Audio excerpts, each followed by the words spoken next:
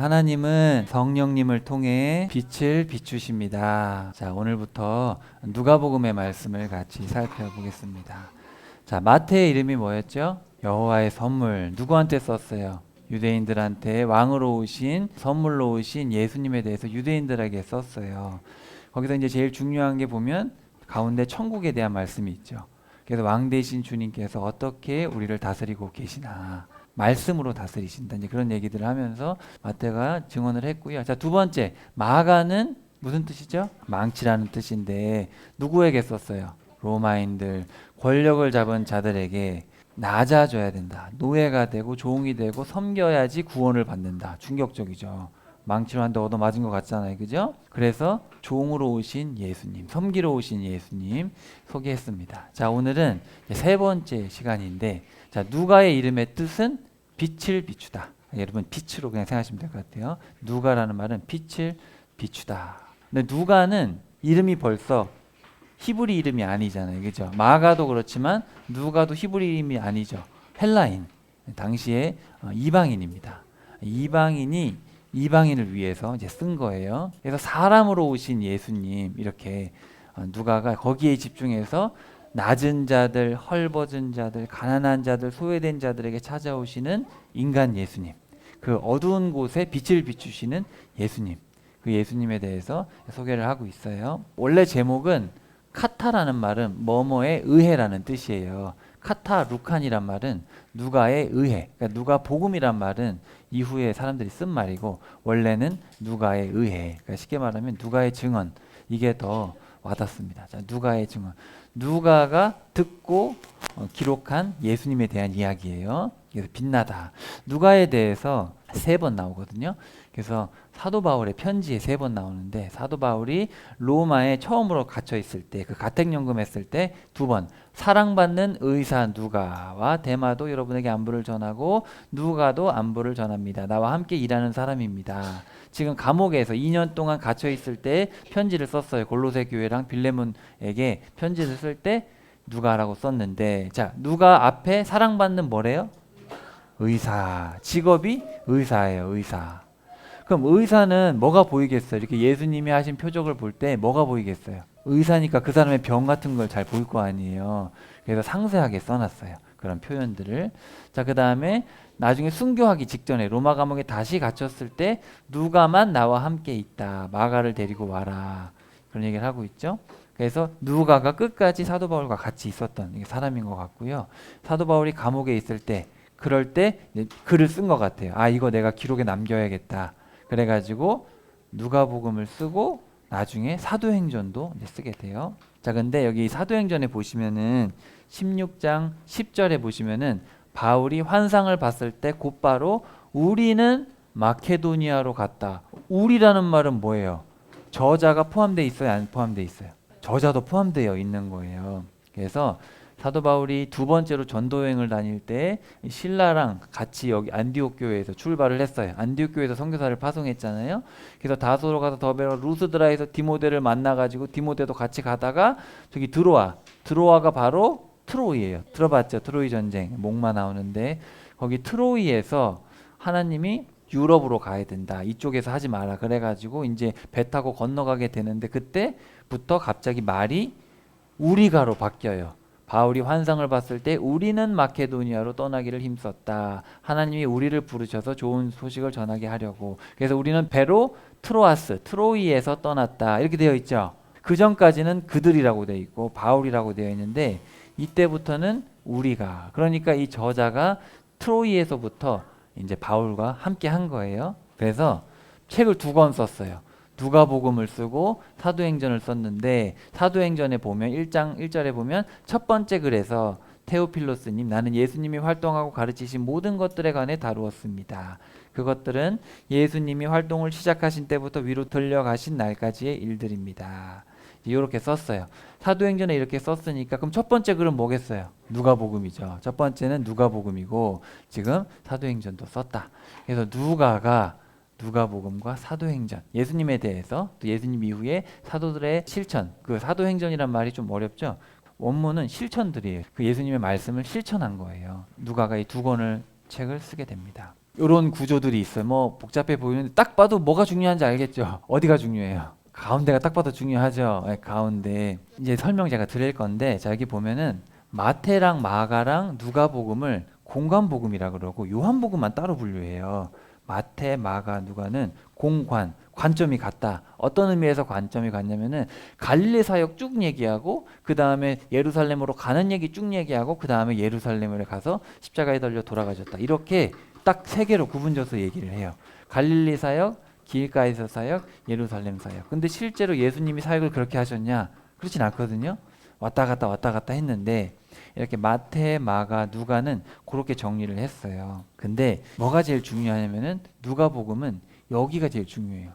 갈릴리에서 갈릴리 사역하시고 이제 예루살렘으로 떠나서 예루살렘에 도착하시기 전에 이 3번 여기가 제일 중요한데, 자, 몇 장부터 몇 장까지예요? 9장부터 19장까지. 그럼 몇 장이에요 도대체? 10장이죠. 다른 복음서는 두세 장밖에 할애하지 않는데 여기는 10장이나 할애하고 있어요.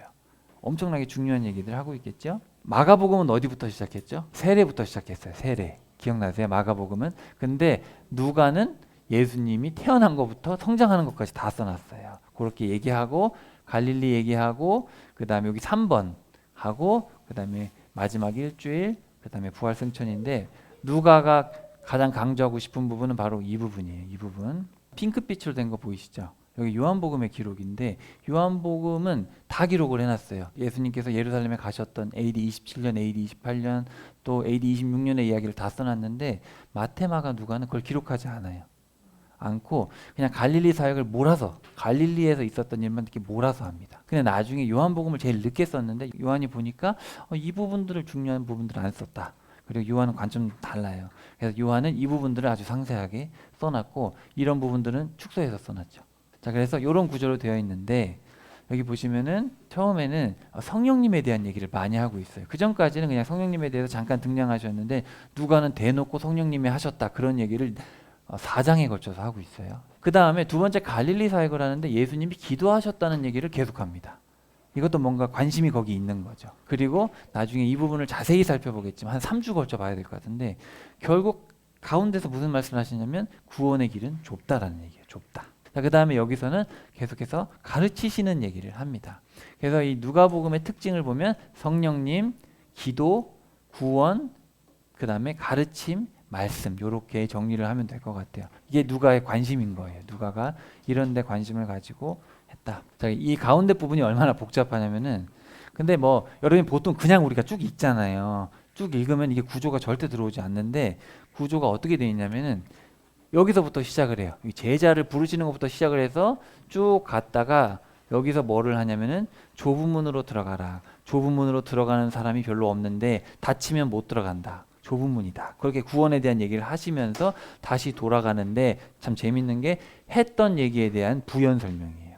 했던 얘기를 이제는 결론적으로 상세하게 얘기를 하고 있고 여러분 잘 아시는 부자와 나사로 얘기, 그 다음에 선한 사마리아인의 비유, 충성스러운 청지기가 되라, 부자와 나사로, 불의한 청지기, 여기 여러분이 알고 있는 웬만한 비유들, 유명한 비유들이 다 여기 들어있는데 이게 구조적으로 다 맞물려 있기 때문에 제가 설명을 드릴게요. 우리는 보통 그냥 한 구절만 보통 파악을 하잖아요. 선한 사마리아인의 비유는 그 가난한 사람을 도와야 되는, 힘든 자를 도와야 되는 거 아니냐. 근데 단순히 그렇지 않죠. 구조를 보면은 저기서 했던 얘기를 여기서 정확하게 다시 짚어서 얘기를 하고 있는데 여러분과 같이 한번 살펴볼게요. 상당히 심오합니다. 누가복음은 아주 심오해요. 여러분 마가복음의 핵심이 뭐죠? 마가복음 하면 딱 떠오르는 게 뭐예요? 망치죠. 결론적으로 어떻게 살라는 얘기예요. 죽어야 된다. 내가 죽고 날 낮춰야 된다. 딱 떠오르죠. 누가복음은 좀 복잡해요. 누가복음은 한 사람이 부르심을 받아서 좁은 문에 들어가기까지 이 구원의 길까지 가는 여정을 소개하고 있어요. 여정. 그러니까 여러분이 지금 다 제자로 부르심을 받았는데 제자로 부르심을 받아서 이제 우리가 바라보아야 될 것이 영생이고 그 영생을 얻기 위해서 이제 하나님과 소통을 해야 돼요. 소통을 하다 보면 분별이 되고 그러다 보면 이제 우리가 신실하게 살아가야 되고 물질관을 설정하고 인생의 모든 관계를 다시 정립을 해야 돼. 이런 어떤 관점으로 설명을 하고 있어요. 인간의 여정, 구원의 여정. 되게 심오한 얘기죠.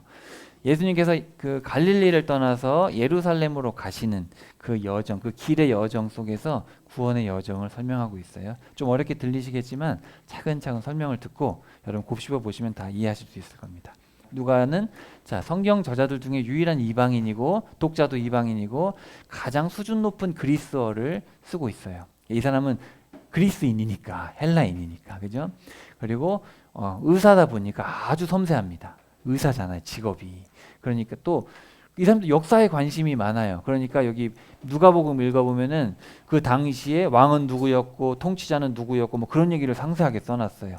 의사다 보니까 섬세한 사람이에요. 그러니까 체계적으로 글을 쓸 뿐만 아니라 세상 역사와 정확하게 연결을 하니까 아주 객관적이고 신뢰성. 그래서 학자들도 심지어 예수님을 안 믿는 학자들도 누가복음을 보고 놀랍니다. 이렇게 어마어마한 글이 있었나. 문체나 이런 정확성이 너무 완벽하니까 따라갈 수가 없어요. 자, 고통받고 소외된 자들에 대한 관심이 많아요. 가난한 자들, 병자들, 여인들, 세리들, 죄인들, 이방인들. 그리고 아까 설명드렸던 누가의 관심사, 성령님, 기도, 구원, 가르침, 말씀, 또 성전에 대해서 관심을 가지고 있습니다. 자, 이렇게 서론적으로 제가 설명을 드렸고, 자, 누가복음 한번 펴봅시다. 자, 누가복음 옆에다 쓰세요. 빛이라고 써놓으세요. 안 써놓으면 잊어버려요. 빛을 비추다. 자, 우리 교회 다니는 분들은 상식적으로 알아야 됩니다. 마태, 여호와의 선물, 마가, 망치, 누가, 빛을 비추다. 요한은 뭐죠? 은혜의 여호와. 여러분 성경 66권을 여러분이 아직은 잘 모르겠고 내가 천국 갈 때까지 다 알겠나 그럴 수는 있지만 4권만큼은 확실히 알아야 돼. 4권. 마태, 마가, 누가, 요한. 아니 우리가 섬기는 주인께서 어떤 삶을 사셨고 어떤 가르침을 주셨는지도 모르고 예수를 믿는다는 게 말이 안 되잖아요. 여러분의 주인은 누구예요?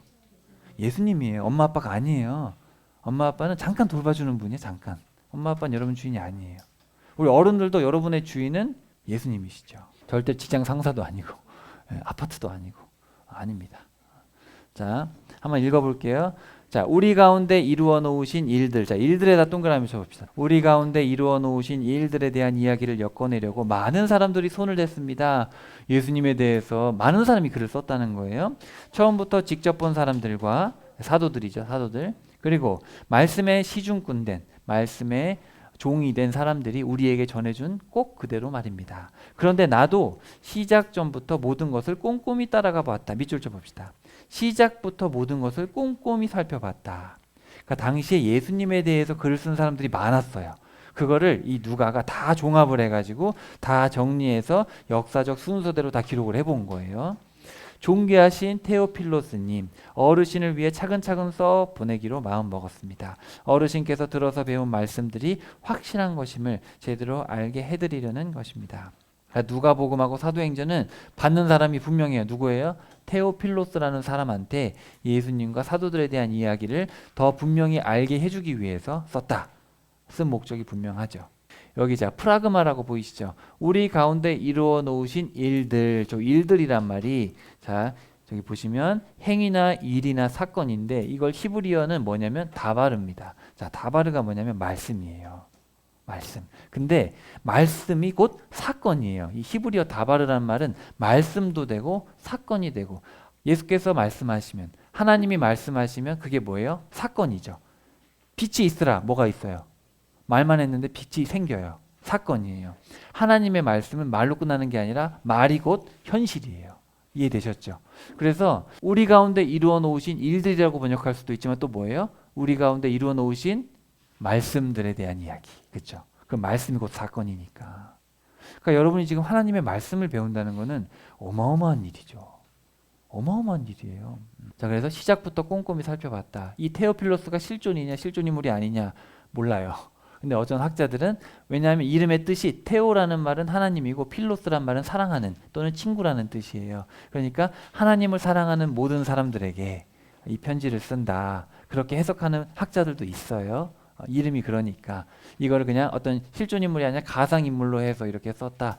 알 수 없어요. 천국 가봐야 알아요. 근데 어쨌든 중요한 거는 성도들을 향해서 믿는 테오필로스 또 우리에게 예수님에 대해서 처음부터 다 꼼꼼히 살펴봤을 때 이런 분이었다라는 것을 객관적으로 쓴다.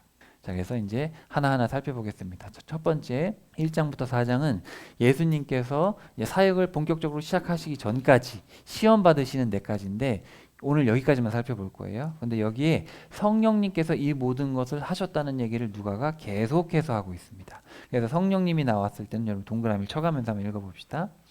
자, 헤롯이 유대야의 임금이던 시절에 어떤 제사장이 있었다. 이름은 스가랴이고 아비야 모둠에 딸린 사람이다. 그에게 아내가 있었는데 아론의 여자 후손으로 이름은 엘리자베스. 너 많이 들어봤죠? 엘리자베스. 영국의 여왕이죠. 다 성경에서 나오는 거예요. 뭐 레베카가 리브가거든요. 레베카니 뭐 여러분 엘리자베스는 이런 유명한 미국 사람들, 외국 사람들이 쓰는 이름이 다 성경에서 나온 이름이 사실은. 자, 그래서 엘리자베스. 이름의 뜻은 뭐예요? 엘리 쉐바. 엘이라는 말 하나님이고 쉐바라는 말이 맹세예요. 그러니까 맹세의 하나님. 부엘세바 아시죠? 부엘세바. 언약의 우물, 맹세의 우물. 그래서 여기는 엘리 쉐바. 제가 자꾸 이 이름의 뜻을 말씀드리는 이유는 이름의 뜻이 사실은 그 사람을 이해하기에 아주 좋아요. 근데 여러분이 자꾸 처음에는 낯설지만 자꾸 듣다 보면은 엘은 하나님인데 쉐바는 맹세인데 그럼 여러분도 나중에 그냥 성경 읽으면 이런 뜻이잖아 아시게 될 것 같아서 설명을 드리는 거예요. 둘 다 하나님 앞에서 의인이었다. 자, 여기 밑줄 한번 쳐봅시다. 살아가면서 주님이 주신 계명과 규정을 모두 지켜서 나무랄 데가 없었다. 여러분 하나님께서 쓰시는 사람 물론 죄인도 쓰시죠. 하지만 마리아나 이 엘리자베스 이 두 집이 되게 경건한 집이었어요. 경건한 사람을 통해서 세례 요한이 태어나고 마리아를 선택하시는 겁니다. 경건하지 않아도 죄인을 쓰시지 그렇게 무조건 얘기하긴 어려워요. 그럴 수도 있죠. 하지만 주님은 의인을 지켜보고 계시죠. 그런데 그들에게는 자식이 없었다. 엘리자베스가 아이를 갖지 못했기 때문이다. 또한 둘 다 나이가 많이 들었다. 할아버지 할머니들인데 자식이 없었어요. 이런 집에 태어나는 겁니다. 여기 잠깐 설명드릴 게 있는데 자, 아비야 모둠이 도대체 뭐냐. 제사장이 24개로 나눠져 있었어요. 한 모둠에 한 그룹이 있는데 한 그룹에 1000명 정도 됩니다. 아론이 4명의 아들을 낳는데 나답과 아비후가 잘못된 불을 피다 죽었거든요. 그래서 셋째와 넷째가 남았어요. 그래서 엘르아살이 자녀를 낳았는데 나중에 다윗 시대에 가면은 이거를 16가문과 이다말 8가정을 해서 24가문을 이제 묶었어요. 그래서 24가문을 이제 한 주에 한 가문이 맡게 된 거예요. 한 주에 한 가문이. 그러면은 몇 주죠? 1년이? 52주잖아요. 근데 이스라엘 달력은 51주고 3년에 한 번씩 13개월이 있어요. 그래서 51주입니다. 그러니까 24모둠으로 하면은 2주씩 하겠죠. 2주. 2주를 하고 그 48주고 그다음에 명절이 3번 있어요. 명절 땐 다 나오고. 그래서 51주. 윤달은 누가 했는지 잘 모르겠어요. 그건 기록이 없어요. 자, 어쨌든 이런 식으로 합니다. 그러니까 요 정도면은 뭐 한 3월쯤 되겠죠. 1월부터 했으면 3월쯤 되고 다시 또 돌아가니까 7월, 8월 한 9월쯤 하겠죠. 그런 얘기예요. 요 때인데 한 번은 이런 일이 있었다. 아비야 모둠의 순서가 되어서 그가 하나님 앞에서 제사장 일을 맡아보고 있었는데 제사장들 사이에서 늘 해오던 대로 제비뽑기를 했는데 스가랴가 성전에 들어가서 향을 살라 바치게 되었다. 그러니까 그 1000명 중에서 스가랴가 그 8번째 모둠에 1000명 정도 있는데 1000명 정도 중에 예비를 뽑았는데 스가랴가 된 거예요. 스가랴가 됐어요.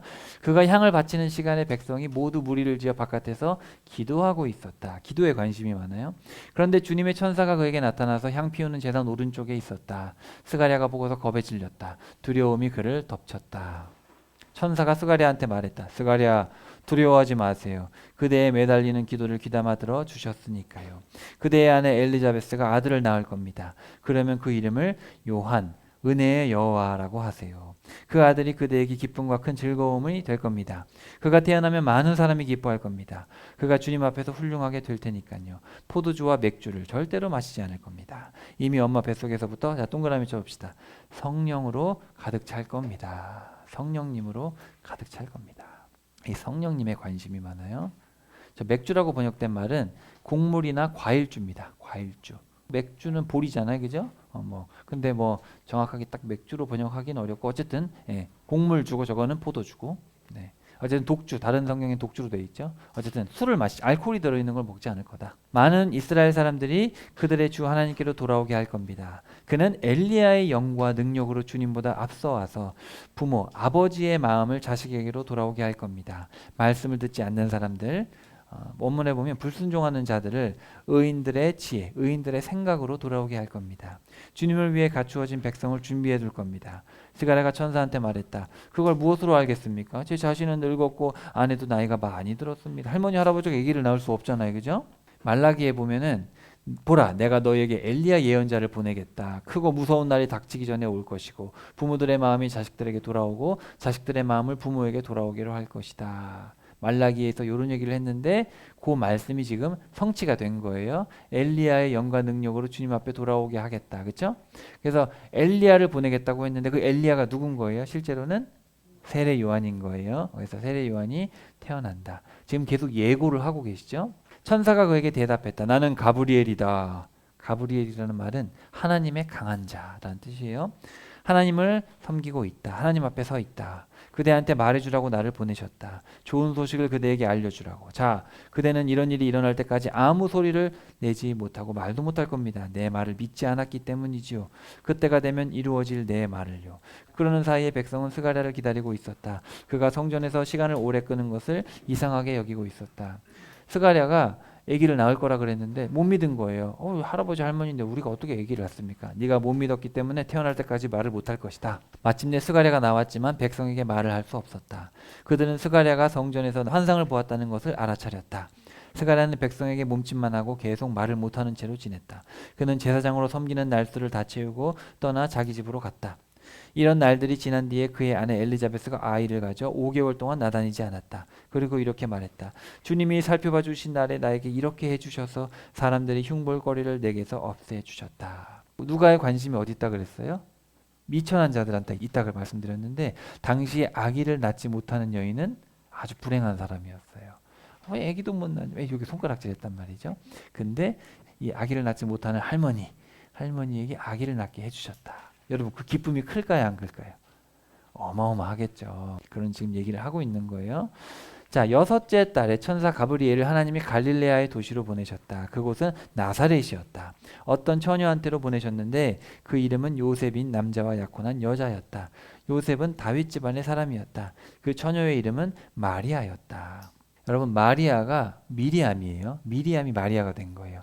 미리암이 누구죠? 예, 맞아요. 모세의 누나잖아요. 그게 나중에 이 헬라어로 와서 이게 음역이 돼서 이게 마리아라고 된 거예요. 미리암은 무슨 뜻이냐? 아마도 마라에서 왔다. 그래서 마라는 쓰다는 뜻이에요. 쓰다. 미리암이 쫓겨났잖아요. 모세 비방하다가 쓴맛을 봤죠. 근데 마리아도 나중에 쓴맛을 보죠. 뭐예요? 아들 예수님이 죽는 걸 다 보잖아요. 얼마나 고통스러워요. 사실은 나를 통해서 이 구세주가 태어나셨는데 기쁜 일이긴 하지만 사실 예수님의 생애를 봤을 때 이거를 엄마의 마음으로 봤을 때 어때요?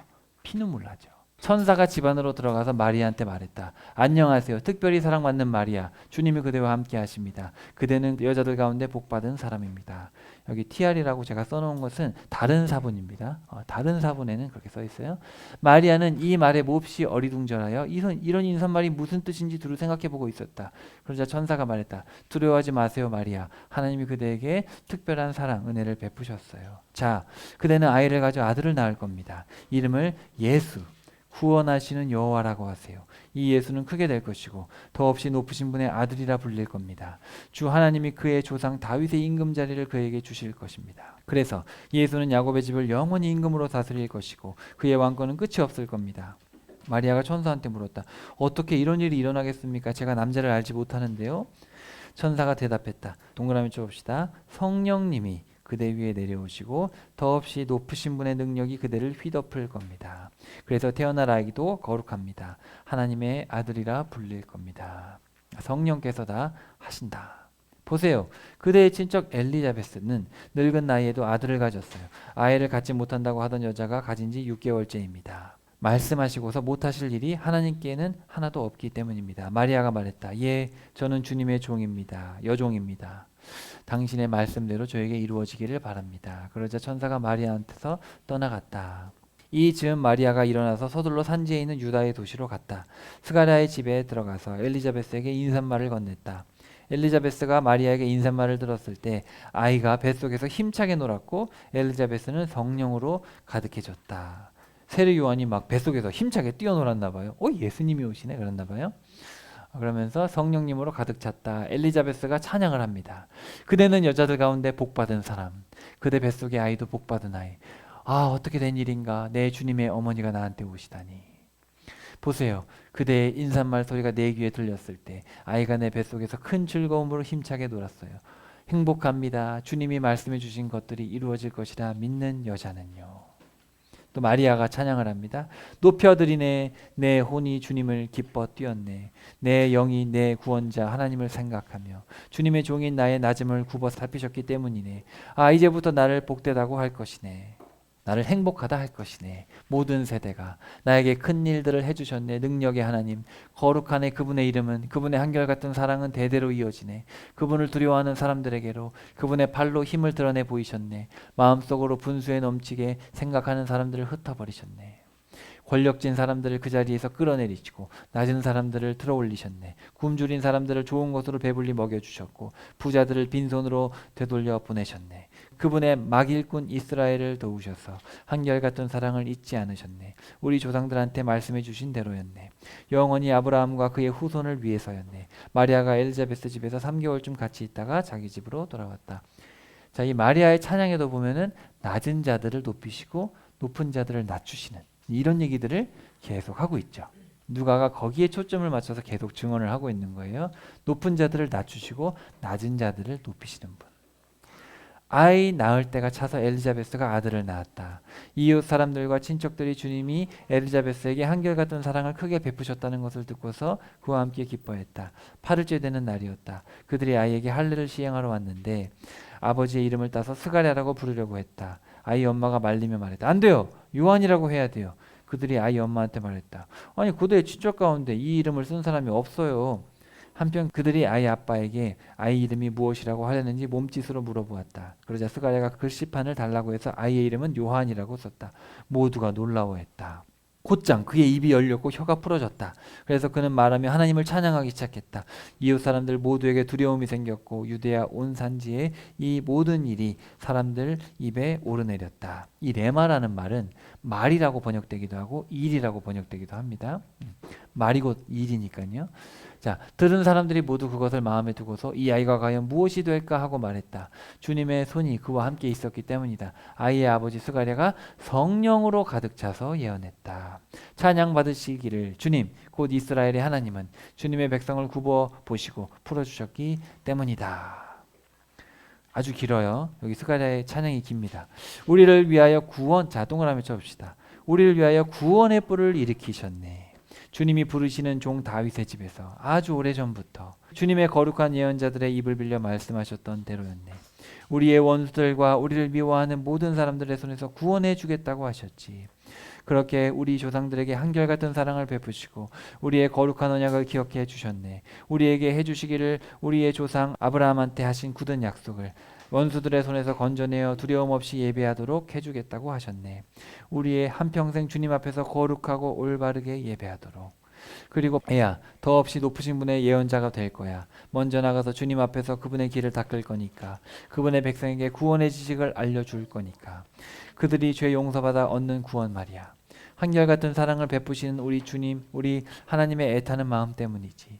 그 마음 덕분에 가장 높은 데서 해가 떠올라 우리를 굽어 보실 거야. 어둠 속 곧 죽음의 그늘에 앉아있는 사람들에게 빛을 비추어 우리 발이 평화의 길로 곧장 나아가게 하실 거야. 자, 거기 밑줄 쳐봅시다. 빛을 비추다. 죽음의 그늘에 앉아있는 사람들에게 빛을 비추다. 누가복음의 어떻게 보면 주제 같은 거죠. 빛을 비추다. 어둠 속에 있는 자들에게 빛으로 오신, 빛을 비추기 위해서 실제 사람이 되셔서 오신 예수님을 누가가 소개하고 있는 거예요. 그 아이가 자라났고 영이 강해졌다. 이스라엘한테 자신을 드러내는 날까지 광야에서 지냈다. 이렇게 세례 요한에 대해서 증언을 하고 있고요. 자, 그 즈음에 있었던 일이다. 카이사르 아우구스투스가 명령을 내려 제국 전체의 인구 조사를 하게 했다. 이때가 언제냐면 BC 7년입니다. 자, 카이사 아우구스투스가 누구예요? 원래 바로 가이우스 옥타비아누스. 세상 역사를 보면은 옥타비아누스가 나옵니다. 혹시 그 사람 알아요? 율리우스 시저 알아요?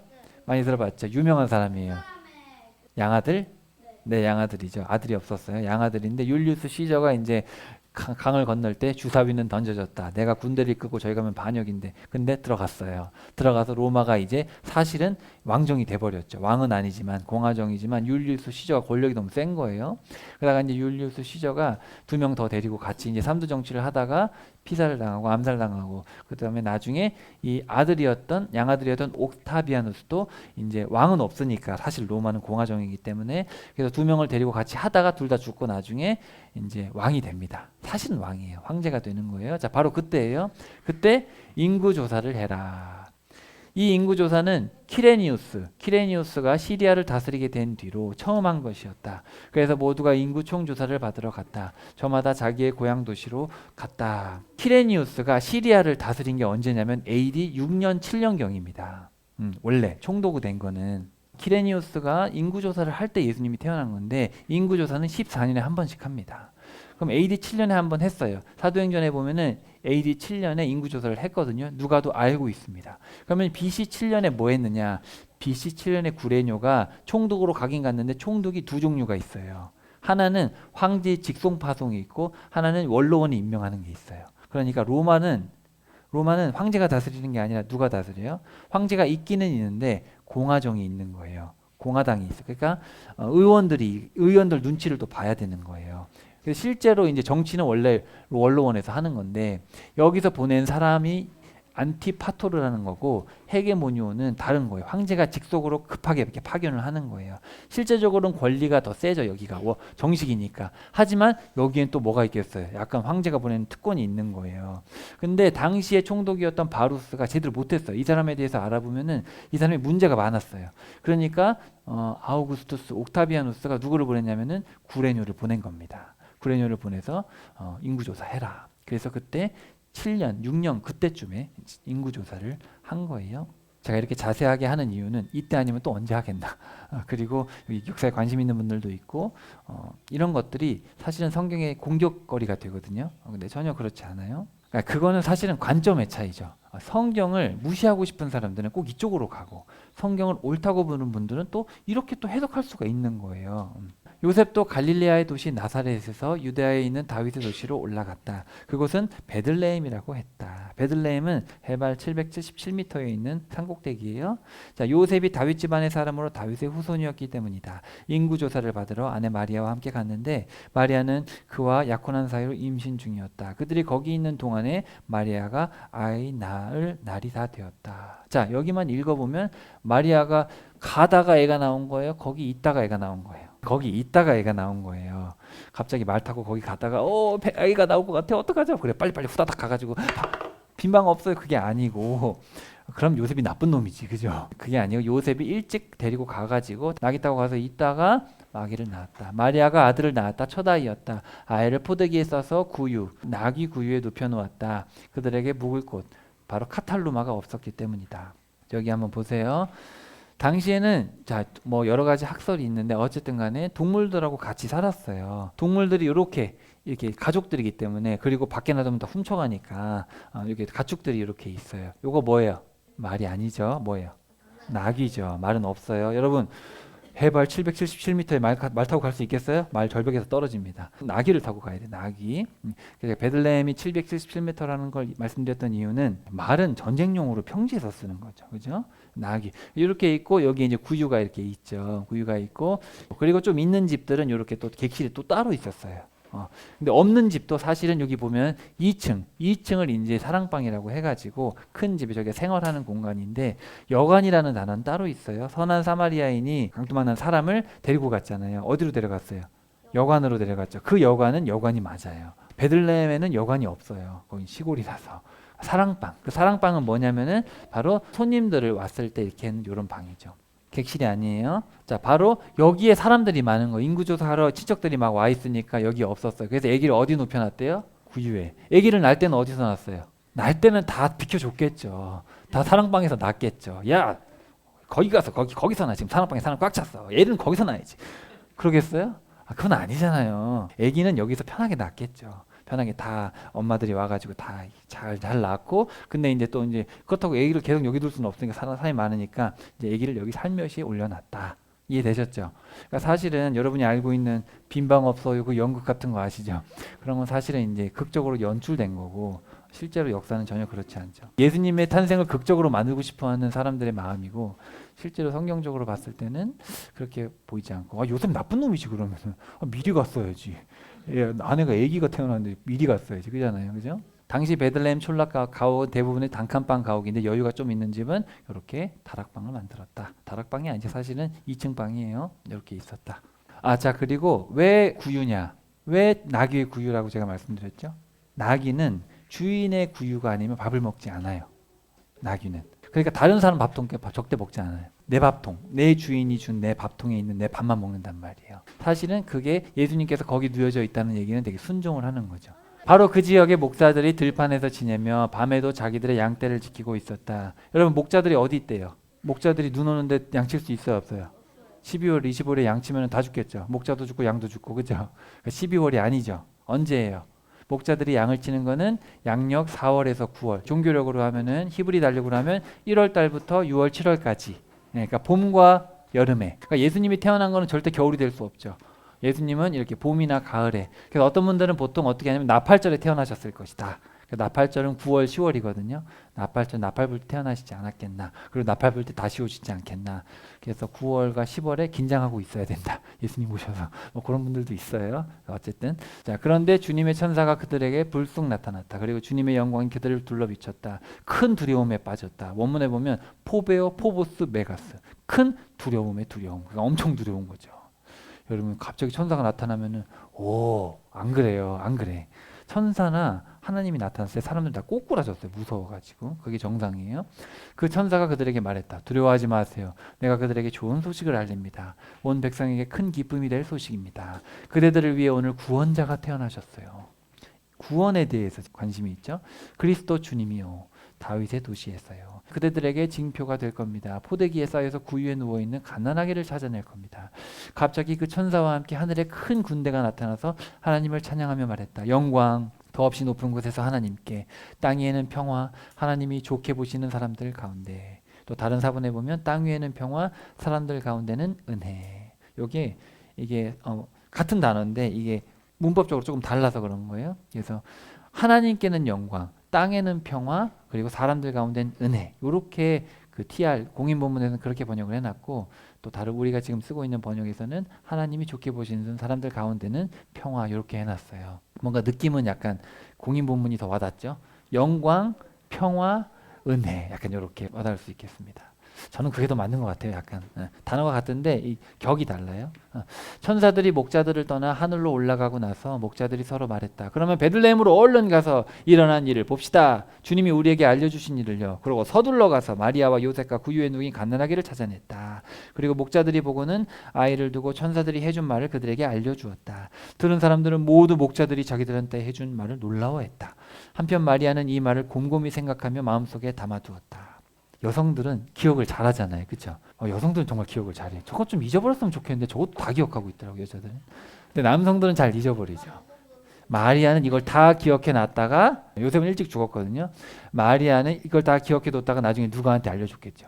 누가? 예수님이 어리셨을 때 이런 일이 있었다. 뭐 그런 것도 알려줬겠죠. 목자들은 돌아가는 길에 자기들이 듣고 보았던 모든 것을 두고 하나님께 영광을 돌리며 찬양했다. 천사들이 그들에게 말해준 그대로였다. 아기에게 할례를 시행할 8일이 다 차서 아기 이름을 예수라고 했다. 그러니까 유대인들은 꼭 이 할례 받을 때 이름을 짓나 봐요. 그죠? 8일째 이름을 짓나 봐요. 뱃속에 아기를 가지기 전에 천사가 붙여준 이름이었다. 자, 모세의 율법에 따라 그들이 깨끗하게 하는 예식의 날이 되었다. 여러분 레위기에 보면은 여자아이를 가져 남자아이를 낳으면 7일 동안 깨끗하지 않다. 그죠? 그리고 8일이 되면은 할례를 하는 거예요. 7일 동안은 깨끗하지가 않고 8일이 되면 깨끗하다. 그래서 할례를 행하고 어머니는 33일을 더 있어야 된다. 그래야지 몸이 깨끗해진다. 그래서 그때는 거룩한 장소에 들어가지 못하고 기간을 채워라. 그래서 40일이 지나야지 아이를 데리고 성전에 갈 수가 있는 거예요. 여자들은 그때는. 그리고 여자아이는 80일입니다. 자, 그래서 아들을 낳든 딸을 낳든 깨끗해지는 기간이 지나면 남자는 40일, 여자는 80, 여자아이는 80일. 어머니는 만남의 천막 입구에 제사장에게 제물을 가져가야 한다. 그래서 다 태우는 제물로는 1년 된 어린 순양을 깨끗하게 하는 제물로 집비둘기나 맷비둘기를 가져가야 한다. 자, 여기 보시면 집비둘기가 있고 맷비둘기가 있죠. 우리가 흔히 보는 건 뭐예요? 예, 많이 봤죠. 몇 비둘기 많이 못 봤죠. 네, 집비둘기가 바로 요나입니다. 요나. 요나 이름이 비둘기죠. 요나. 히브리어, 헬라어 이렇게 되어 있어요. 보니까 비둘기도 종류가 되게 많더라고요. 예, 하얀 비둘기도 종류도 막 한 되게 많아요. 비둘기도. 근데 어쨌든 큰 그림에서 이렇게 집비둘기, 맷비둘기를 가져와서 해라.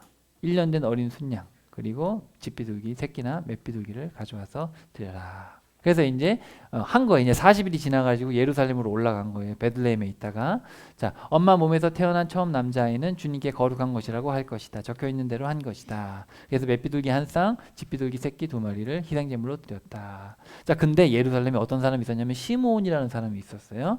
이 사람은 의롭고 독실했으며 이스라엘의 위로를 받아들이면서 기다리고 있었는데 성령님이 그의 위에 계셨다. 주님의 그리스도를 보기 전에는 주님을 보지 않으리라는 성령님이 그에게 미리 알려주셨다. 시므온이라는 사람의 이름의 뜻이 들음인데 뭘 들었어요? 네가 죽기 전에 예수님 그리스도를 만날 것이다. 이걸 들은 거예요. 그러고 있었던 거예요. 성령님께서 다 알려주신 거예요. 자, 성령님에 이끌려. 그러니까 지금 다 성령님이 하고 계시는 거죠. 성령님에 이끌려 성전으로 들어갔다. 마침 부모가 아이를 위해 율법에 전해오는 대로 하라고 이제 제사 지내려고 온 거예요. 자, 시므온은 아기를 두 팔에 받아 안고는 하나님을 찬양하며 말했다. 이제 주님의 종을 평안히 놓아 주시는군요. 할아버지겠죠. 이제 주님의 종을 이렇게 말했겠죠. 주님이신 주님, 주님이 말씀하신 대로 저의 두 눈이 주님의 구원을 보았으니까요. 모든 백성이 보도록 마련해 주신 그 구원을 다른 민족들에게 계시를 주는 빛, 거기 밑줄 쳐봅시다. 자, 우리 이스라엘 백성들에게 구원을 베푸시고 또 다른 민족들에게 계시를 주시는, 원래 이 계시라는 게 누구한테 있는 거예요? 유대인들한테 사실 나타나신 거잖아요. 유대인들에게 말씀을 주셨잖아요, 율법을. 근데 이제는 예수님을 통해서 모든 민족에게 계시를 주시는 빛, 예수님이 이제 열방의 이방인을 향한 계시가 됐잖아요. 그렇죠? 왜 이런 말을 할까요? 지금 저자가 이방인이고 이방인들에게 이 책을 쓰고 있는 거예요. 그죠? 주님의 백성 이스라엘에게는 영광인 구원. 그죠? 민족에게는 계시고, 우리가 예수님을 통해서, 우리 한국 사람들은 원래 택한 민족이 아니잖아요. 근데 우리는 예수님을 통해서 우리의 구원을 알게 됐죠. 아, 예수님을 통해서 구원을 받는구나. 그리고 이스라엘에게는 영광이죠. 자기들이 모자랐다고. 그죠? 근데 이스라엘을 통해서 구원자가 나셨잖아요. 그러니까 이스라엘은 지금 예수님이 자랑이죠. 우리의 후손을 통해서 오셨고, 우리는 예수님을 통해서 이제 구원의 길이 열렸고, 아기 아빠와 엄마는 아기에 대해 말해진 것들을 두고 놀라워하고 있었다. 시므온이 그들에게 복을 빌어주고 나서 아기 엄마한테 말했다. 자, 이 아기는 이스라엘 가운데 많은 사람이 넘어지거나 일어나게 할 아기입니다. 또 거부당하는 징표가 될 아이입니다. 칼이 그대의 혼 또한 꿰뚫고 지나갈 것입니다. 많은 사람들의 마음속에 생각이 드러나게 될 것이기 때문입니다. 마리아한테 이런 얘기를 한 거예요. 그렇죠? 이 아기는 구원자로 오긴 했지만 거부당하는 징표가 되고 많은 사람을 넘어지게 할 것이고, 또 칼이 그대의 혼을 꿰뚫고 지나갈 것이다. 그대의 생명을 꿰뚫고 지나갈 것이다. 많은 사람의 마음속에 있는 것을 드러나게 할 것이다. 그렇죠? 여러분, 예수님이 오셔서 어떻게 했어요? 평화를 주러 온 게 아니라 뭘 주러 왔어요? 검을 주러 왔죠. 칼을 주러 왔죠. 그러니까 예수님 말씀을 들으면 다 어떻게 돼요? 다 죄를 다 도려내시고 분쟁이 일어납니다. 예수님 따르고 안 따르고 분쟁이 생기고 서로 싸우고 분쟁이 오히려 생겨나고, 죄가 아닌 줄로 생각했던 걸 다 죄라고 말씀하시고, 그렇죠? 우리가 이렇게 인간적인 생각에 합리화했던 것들을 그냥 완전히 그냥 다 말씀하시잖아요. 우리가 마가복음 읽을 때 그냥 가차 없잖아요. 예수님 말씀에 가차 없어요. 한나라는 예언자가 있었는데, 자, 파누엘의 딸로서 아셀 지파 사람이었다. 나이가 많이 들었는데 결혼하고 7년이 지나 남편이 죽었다. 남편을 여의고 84세에 이르렀다. 여러분, 분명히 15살 고어간에 결혼했을 텐데, 그렇죠? 그러면 그때 결혼해가지고 20몇 살쯤 돼서 남편이 죽었어요. 그러면 지금 몇 년 동안 혼자 산 거예요? 60년. 60년을 혼자 산 거예요. 정말 이런 사람이 없잖아요. 얼마나 불행해요. 하지만 이 사람에게도 주님이 또 나타나신 거죠. 그는 성전을 떠나지 않고 금식하며 매달려 기도했다. 낮이든 밤이든 예배가 있으면 참석하곤 했다. 바로 그 시간에 한나가 다가와서 하나님께 감사의 찬양을 드리고 있었다. 예루살렘을 풀어주시기를 바라면서 기다리고 있는 사람들 모두에게 이 아기에 대해 말하기 시작했다. 그러니까 한나는 알고 있었던 거죠. 그러니까 하나님이 지금 낮은 자들에게 이렇게 은혜를 베푸시죠. 이들을 통해서 또 예수님의 이야기를 하고 있죠. 주님의 율법에 맞추어 모든 일이 끝내고서 그들은 갈릴리아에 있는 자기들의 도시 나사렛으로 돌아왔다. 이 아이가 자라나고 강해져 가면서 지혜가 가득해졌다. 또 하나님의 은혜가 아이 위에 있었다. 파이디온이라는 말은 이제 젖먹이가 아니고 좀 커서 초등학교 가기 전까지, 그 정도를 파이디온이라고 해요. 누가복음에만 나오는 얘기인데 이 명절이 돼서 예수님이 12살이 된 거예요. 12살이 됐을 때 명절에 해오던 대로 이제 올라갔어요. 명절에 이제 예수님 하나님께 예배드리러 간 거예요. 근데 돌아올 때 예수님은 예루살렘에 남아 있었는데 부모가 그걸 알지 못했어요. 그들은 같이 길 가는 사람들 가운데 예수님이 있다고 생각하고 하루길을 갔는데 찾아보니까 예수님이 없는 거예요. 그래가지고 예루살렘으로 다시 돌아갔어요. 자, 여기 보세요. 나사렛에 살고 있다가 이제 가야 되는데 왜 이렇게 안 가고 왜 이렇게 돌아갈까요? 사마리안 가면 안 되잖아요. 그죠? 그래서 이렇게 삥 돌아오는 거예요. 여기 또 여기 돌아왔는데 자, 여기 이제 올라가야 되는데 여기 지금 뭐예요? 광야. 여기를 올라가야 돼. 여리고는 해발 250m. 250m 땅 바다보다 낮은 곳에서부터 700, 800m까지 쭉 올라가야 되는데 이 길이 이렇단 말이에요.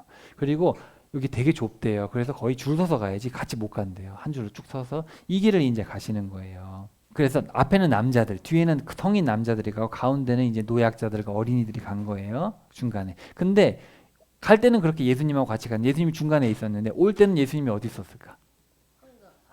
예수님이 올 때는 앞에나 뒤에 있었을 거예요. 왜냐하면 12살이 되니까 이제 성인식을 한 거예요. 성인식을 하러 온 거예요, 사실은. 그러니까 이제 성인이 됐으니까 이제 뭐 예수 앞이나 뒤에 갔겠지. 성인 남자가 됐으니까. 그러니까 이제 앞이나 뒤에 따라오고 있겠지. 그렇게 생각을 하고 이제 가다가 보니까 없는 거예요. 그렇게 된 거예요, 사건이. 예. 지금은 13살이라고 합니다, 유대인들이. 근데 그 당시에 예수님 시대에는 몇 살인지 몰라요. 근데 아마 12살이었지 않겠나. 지금 13살이라고 하는데 그때는 아마 12살이었던 것 같아요. 이런 길입니다. 우리 성지순례 한번 가봐야겠죠. 여러분, 근데 그 선한 사마리아인의 비유에서 예루살렘에서 여리고로 내려가던 중에 강도를 만난 거예요. 요런 길에서 강도를 만난 거예요. 강도 만날 만해요, 안 해요? 강도 만날 만하죠. 장난 아니죠. 선생들 가운데 앉아서 듣기도 하고 자세히 묻기도 하고 있었는데 예수님의 말을 듣고 있던 사람들이 모두 어떻게 됐대요? 넋이 나갈 정도로 놀랬대요. 요 단어는 예수님이 죽인 여자아이를 달리다 쿵 해가지고 일어났을 때 그 놀란 그 표현이에요. 그러니까 거의 충격을 받은 거죠. 망치로 한 대 얻어 맞은 거죠. 여러분 12살 애가 말해봤자 얼마나 잘하겠어요. 근데 그 나이 지극히 많으신 60, 70년 된 랍비들하고 얘기를 하는데 랍비들이 넋이 나갈 정도로 놀란 거죠. 예수님이 잘 알아듣고 대답했기 때문이다. 부모는 예수님을 보고 깜짝 놀랐다. 어머니가 예수한테 말했다. 얘야, 어떻게 이럴 수 있냐. 너희 아빠도 그렇고 걱정돼서 너를 찾아다녔잖냐. 저를 찾아다닌 것은 왜지요? 제가 제 아버지의 집에 있어야 할 줄을 알지 못하셨나요? 그러나 그들은 예수님이 자기들한테 한 말을 이해하지 못했다. 예수님은 부모와 함께 내려갔다. 나사렛에 가서 부모의 권위 아래 있었다. 자, 원문에 보면 그들에게 휘포타소했다. 휘포타소라는 말은 복종했다라는 말인데 제가 한번 설명드렸죠. 복종하다라는 말하고 순종하다라는 말이 달라요. 자녀는 어떻게 해야 돼요? 부모에게 순종해야 됩니다. 이거는 그냥 문자 그대로 따라가는 거예요. 근데 성경에 보면은 휘포타소라는 말은 아래에 배열하다라는 말은 뭐냐면 권위 아래 두다. 자기를 일부러 권위 아래 두는 거예요. 예수님은 부모의 권위 아래 자기를 두었다. 좀 이해가 되시죠? 예수님은 하나님이시잖아요. 그렇지만 겸손하셔서 부모 아래 권위를 두었다. 어린 친구들 엄마 아빠를 섬길 때 부모의 권위 아래 자신을 둘 필요 없어요. 그냥 원래 부모 아래 있는 거예요. 원래. 자녀들은 그냥 순종하는 거예요. 마치 주인에게 종이 순종하듯이 종은 순종하는 거죠. 근데 보세요. 예수님과 교회의 관계가 바로 이 휘포타소의 관계고 권세, 이 세상 권세도 여러분이 세상 권세에 순종하는 게 아니에요. 세상 권세에 뭐 하래요? 복종하는 겁니다. 원문이. 복종은 뭐예요? 세상 권세 아래 그냥 내가 인정을 하는 것 뿐이지 시킨 대로 다 하라는 말이 아니에요. 근데 자녀들은 부모가 시킨 대로 하는 거예요. 그걸 순종이라고 그러고 복종이란 성경에서 복종이라고 번역된 말은 권위 아래 두다. 그리고 여러분 아내분들도 남편 아래 자기의 권위를 두는 거 일부러. 남편들은 어디 아래 두어야 돼요? 예수님의 권위를 인정해야 돼요. 남편들은 무조건 예수님의 말씀에 목숨을 걸어야 되고 아내들은 어쨌든 내 남편을 세워주셨으니까 남편의 권위 아래 자신을 두면 그것이 질서이고 아름다운 일이다. 얘기를 하고 있고 그리고 성도와 성도들 사이에도 휘포타소라고 되어 있습니다. 나중에 편지 보시면 알겠지만. 그러니까 여러분 옆에 있는 여러분 성도를 나보다 더 권위 있는 분으로 두고 서로 그렇게 하라 이런 얘기죠. 자 이제 마지막 부분입니다. 자 티베리우스 가이사르 두 번째 황제입니다. 티베리우스 가이사르가 통치한 지 15년이 됐을 때 14년부터 통치했는데 실질적으로는 12년부터 통치를 했어요. 그래서 AD 26년입니다. 본디오 빌라도가 총독의 유대야로 통치하고 그 다음에 헤롯 안티파스가 다스리고 빌립이 다스리고 루사니아가 다스리고 있을 때 대제사장은 한나스와 가야바였다. 이때 광야에서 하나님의 말씀이 스가랴 아들 요한에게 내려왔다. 요한은 요르단강 둘레의 모든 지역으로 찾아갔다. 그리고 선포하기를 회개하고 침례를 받아 죄를 용서받으라. 자, 여기 보시면은 유대 지역은 빌라도가 다스리고 갈릴리 지역은 안티파스가 다스리고 동생 빌립이 저쪽을 다스리고 루사니아가 저쪽을 다스리고 있을 때 세례 요한이 선포를 했다. 자, 이렇게 얘기하면 되게 객관성이 있죠. 이 누가는 역사를 잘 알고 있었던 사람이기 때문에 이렇게 아주 상세하게 역사 이야기를 써놨습니다. 그러니까 이게 언제 있었던 일이냐, AD 26년에 있었던 얘기라는 것을 자세하게 써놓고 있어요.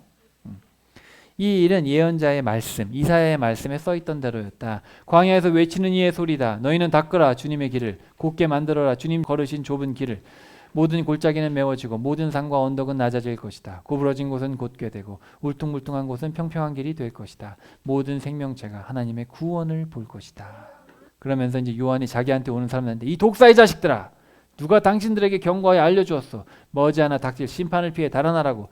회개에 마땅한 열매들을 맺으시오.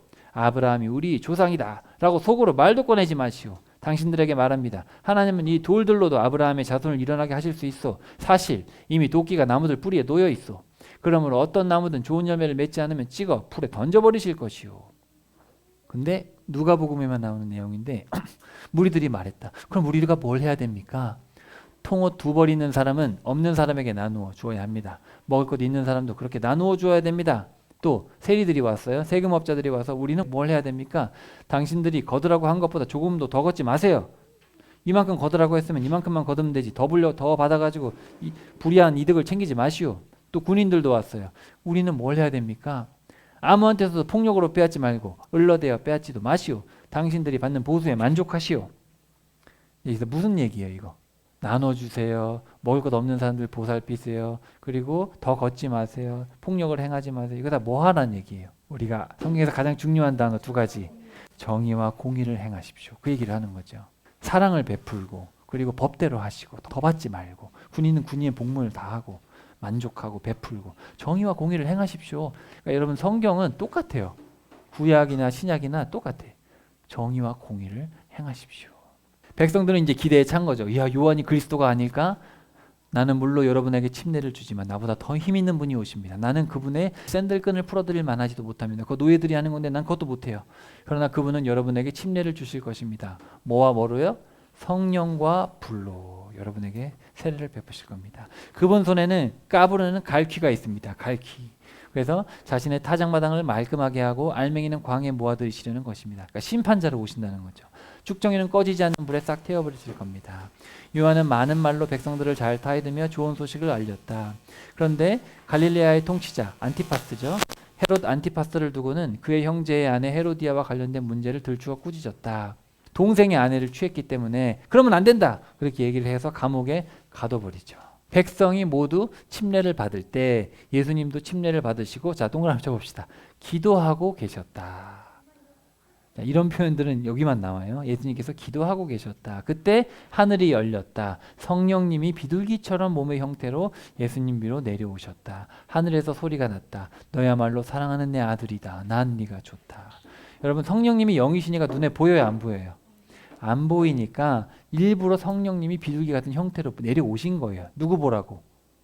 사람들 보라고. 사람들이 모르니까. 그러니까 성령님이 오셨고 예수님이 계시고 하나님 아버지께서는 말씀을 하셨죠. 그렇죠? 성부, 성자, 성령 삼위일체 하나님께서 여기서 이제 이 장면을 통해서 이제 역사를 시작하시는 거예요. 예수님이 이제 사역을 시작하셨을 때는 30세쯤 되었다. BC 6년에 태어나셔서 지금 AD 26년이거든요. 그러니까 한 30세쯤 되셨다. 사람들이 알기로는 요셉의 아들이었다. 요셉은 헬리의 아들이다. 마태 같은 경우는 아브라함부터 예수님까지. 누가복음은 어디까지 올라가요? 예수님부터 해서 어디까지? 하나님까지 올라갑니다. 하나님까지. 근데 보세요. 뭐가 다르냐면은 자 여기 마태가 같은 경우는 요셉의 아빠가 누구예요? 야곱이죠. 근데 여기는 누구예요? 요셉의 아빠가 헬리죠. 헬리는 장인일 가능성이 많아요. 그래서 일로 가면은 여기 뭐가 다르냐면은 다윗이 솔로몬을 낳았는데 다윗이 누굴 낳았어요? 나단을 낳았죠. 다른 아들이에요. 족보가 달라요. 그래서 이거는 아마도 학자들은 이거는 요셉의 족보고 이거는 마리아의 족보일 것이다. 요렇게. 네. 엘리자베스나 이쪽이 아마 레위 지파가 아닐까. 아론의 후손. 모계가 아론의 후손이라고 아까 써 있었잖아요. 모계. 뭐 정확하긴 잘 모르겠어요. 그냥 추측하는 거예요. 추측. 성경에 그렇게 안 써 있어서.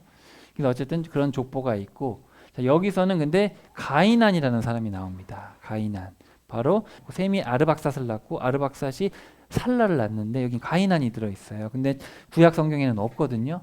이게 왜 들어있느냐? 근데 70인 여기냐 위경 요벨서라는 위경이 있는데 위경에 보면은 8장에 보면 아르박삿의 아들 가이난은 성장하여 도시로 나가서 점성술사의 가르침을 받고 1월 성신 해달별의 징조를 점을 쳐서 죄를 범했다.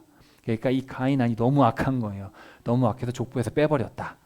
이렇게 학자들이 추측을 합니다. 자, 이제 예수님이 성령님으로 가득 차서 요단강으로 돌아오셨고 성령님에 이끌려서 광야로 다니셨다. 40일 동안 마귀의 유혹을 받으시고 아무것도 드시지 않고 그 기간이 다 지나자 예수님은 배가 고프셨다. 디아볼로스가 마귀죠. 사탄은 히브리어예요. 히브리어고 헬라어로는 디아볼로스.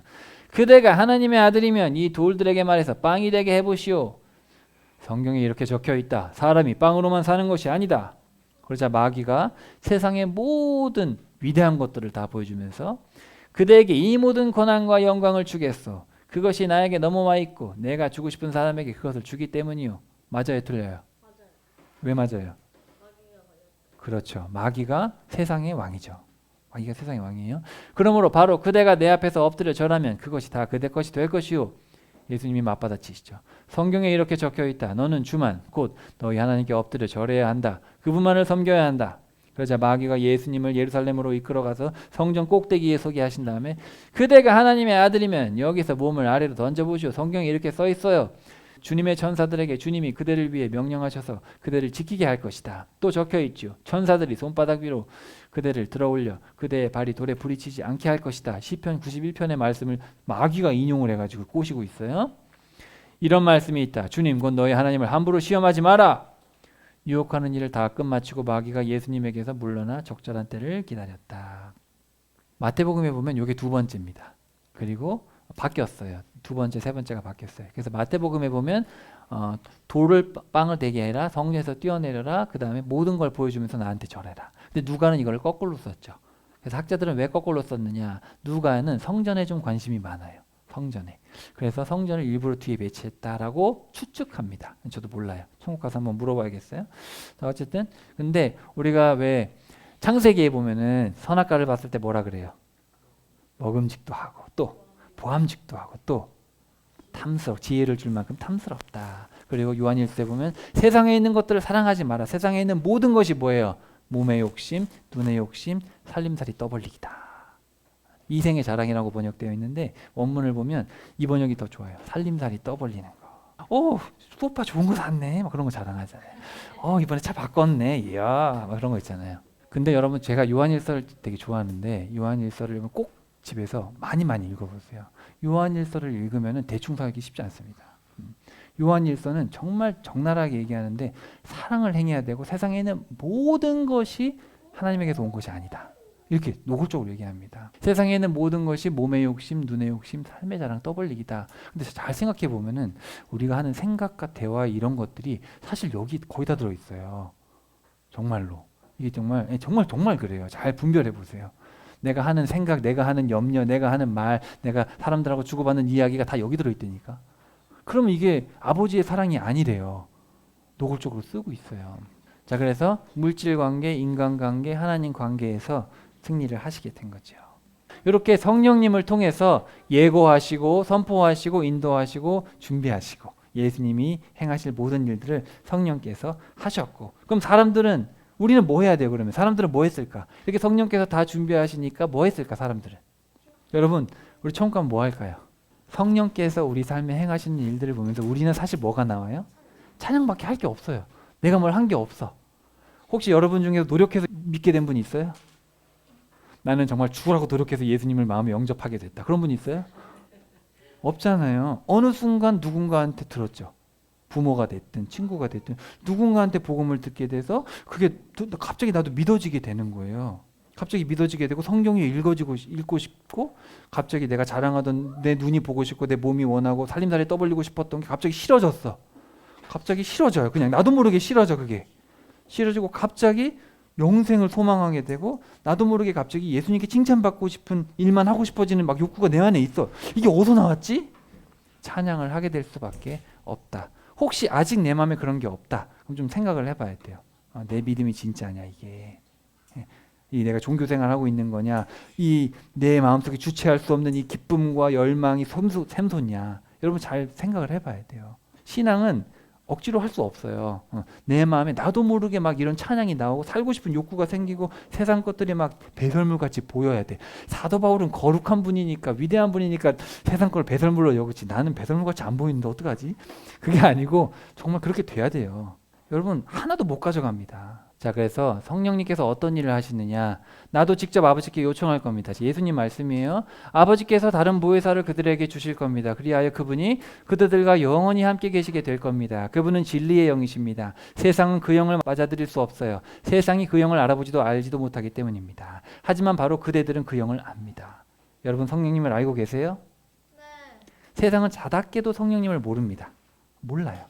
왜 이 모든 걸 배설물로 여겨야 되는지 말로 설명해도 절대 몰라요. 절대 몰라요. 근데 아는 사람은 알아요. 나도 모르게 알게 된 거예요. 이게 다 배설물이었다는 거를. 그대들 곁에 머물러 계시고 또 그대들 안에 계실 것이기 때문입니다. 그러니까 여러분 안에 지금 성령이 계시면 제가 이런 말을 제가 지금 이 하나님의 말씀을 여러분에게 그냥 전달하는데 전달했을 때 고개가 끄덕여질 거예요. 맞다. 이 세상은 다 배설물이다. 맞다. 이 모든 게 다 헛것이다. 성령님이 내 안에 계셔서 내가 예수를 믿게 됐고 내가 이 자리에 있고 내가 살아야 될 가치는 그것이다. 이게 제가 말하는데 들어가지 않는 분도 있어요. 않는 분도 있어요. 그건 제가 어떻게 할 수 없어요. 제가 말로 설득 못합니다. 그냥 들었을 때 그냥 받아들여지는 거 이거는. 왜냐하면 성령께서 계시니까. 보혜사 성령님, 아버지께서 내 이름으로 보내실 분, 바로 그분이 그대들에게 모든 것을 가르쳐 주실 거고 그대들에게 내가 말했듯이 모든 것을 기억나게 해주실 겁니다. 보혜사가 오실 겁니다. 그분은 바로 내가 아버지한테 그대들에게 보내실 분, 아버지한테서 나오는 진리의 영이십니다. 그러면 그때 바로 그분이 나에 대해 증언하실 겁니다.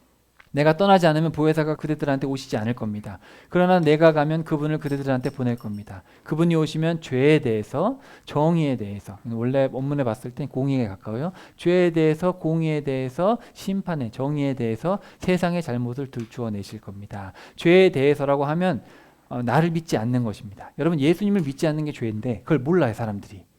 예수님을 따르지 않는 게 죄예요. 하나님 입장에서는 그걸 몰라요. 그 다음에 공의에 대해서라고 한 것은 내가 아버지한테로 가서 그대들이 나를 더는 보지 못할 겁니다.